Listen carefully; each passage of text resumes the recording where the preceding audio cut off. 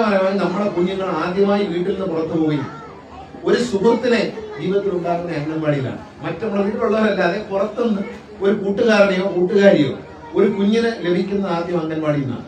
അപ്പൊ ആ അംഗൻവാടികളിൽ കുഞ്ഞുങ്ങൾ പോകുമ്പോൾ നല്ല ശീലം, കാര്യമാണം പറഞ്ഞ കറക്റ്റാണ്, നല്ല, ഞാനിപ്പോൾ പറയും പഠനമൊന്നുമല്ല അവിടെ അക്ഷരമൊന്നും പഠിപ്പിക്കാൻ പാടില്ല, നല്ല ശീലങ്ങൾ. ഇപ്പൊ എന്താ, നമ്മളിവിടെ ടോയ്ലറ്റ് കയറി നോക്കണം, കുഞ്ഞുങ്ങൾക്ക് ഉപയോഗിക്കാൻ കഴിയുന്ന ടോയ്ലറ്റാണ് നമ്മൾ കോൺട്രാക്ട് വെച്ചിരിക്കുന്നത്.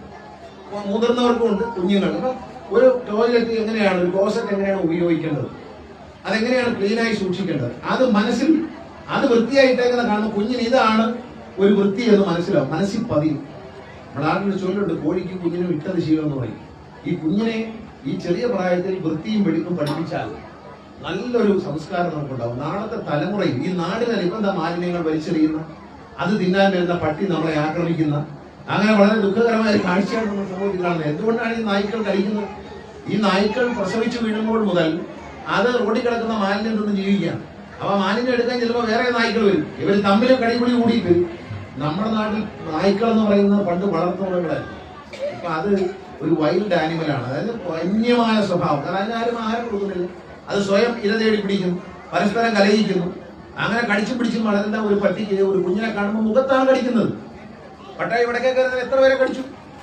വേപ്പട്ടി കടിക്കുന്ന മുഖത്താണ്. മുഖത്ത് കടിച്ചാൽ ഈ ആന്റി റാബി ഇൻഫെക്ഷൻ വെക്കുന്നത് പോലും ഉപകാരപ്പെടത്തില്ല. കാരണം പെട്ടെന്ന് അത് തലച്ചോറിലേക്ക് എത്തുകയും അത് അപകടകരമായ നിലയിലേക്ക് മാറുകയും ചെയ്യും. കാരണം നമ്മുടെ ശരീരത്തിൽ ഒരു വാക്സിൻ കുത്തിവെച്ചാൽ അതിന് പ്രതിരോധ ശേഷി ഉണ്ടാകാൻ ഒരു സമയം വേണം. ഇത് മറ്റേ ആ സമയത്തിന് മുമ്പേ ഈ സാധനം തലച്ചോറിലെത്തും. കാരണം കുഞ്ഞിന്റെ നായുടെ ഹൈറ്റ് ഒന്നാണ്, കുഞ്ഞിന്റെ മുഖത്തേക്കാണ് കടിക്കുന്നത്.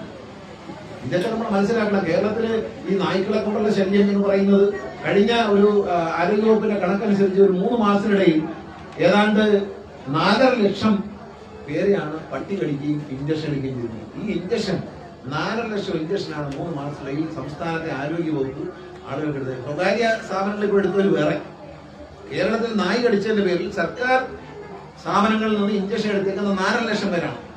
എന്താണ് ഇപ്പൊ എന്താ സ്ഥിതി എന്നാലും നമ്മളിത് ടി വിയിൽ കാണുന്നതും പത്രത്തിൽ കാണുന്ന വാർത്തകൾ വളരെ ചുരുക്കമാണ്.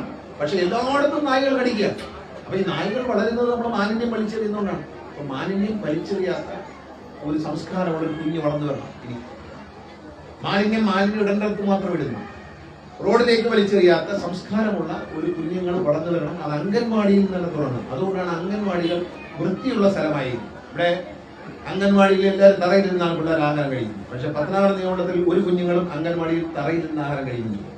ഞാൻ എല്ലാവർക്കും ഫർണിച്ചർ വാങ്ങിക്കൊടുത്തു. ഈ കെട്ടിടം പൊളിക്കുന്നതിന് മുമ്പ് ഞാൻ മെമ്പറോടൊപ്പം ആനന്ദരായ സാറിനോടൊപ്പം ഇവിടെ വന്നു. പിന്നെ രമാദേവിയുണ്ട്. വന്നപ്പോ എനിക്ക് സന്തോഷം തോന്നി.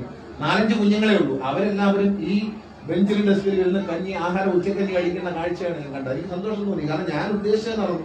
തറയിലിരുന്ന്, നാളത്തെ വലിയ പൗരന്മാരാണ് അവർ, തറയിലിരുന്ന് ആഹാരം കഴിക്കാൻ പാടില്ല. അവർ വൃത്തിയോടുകൂടി ഒരു ബെഞ്ചും ഡെസ്കും ഒക്കെ അതിലിരുന്ന് കഴിക്കണമെന്ന് ഞാൻ ആഗ്രഹിച്ചത്. ഒരു ഉച്ച സമയത്താണ് ഞങ്ങളിവിടെ വരുന്നത്. വരുമ്പോൾ എനിക്കത് കാണാൻ കഴിയും. ഞാൻ കുഞ്ഞുങ്ങൾ അതിലിരുന്ന് സ്പൂണൊക്കെ കൊണ്ട് പൂരി കഴിക്കുന്ന കണ്ടപ്പോൾ വളരെ സന്തോഷം കിട്ടും.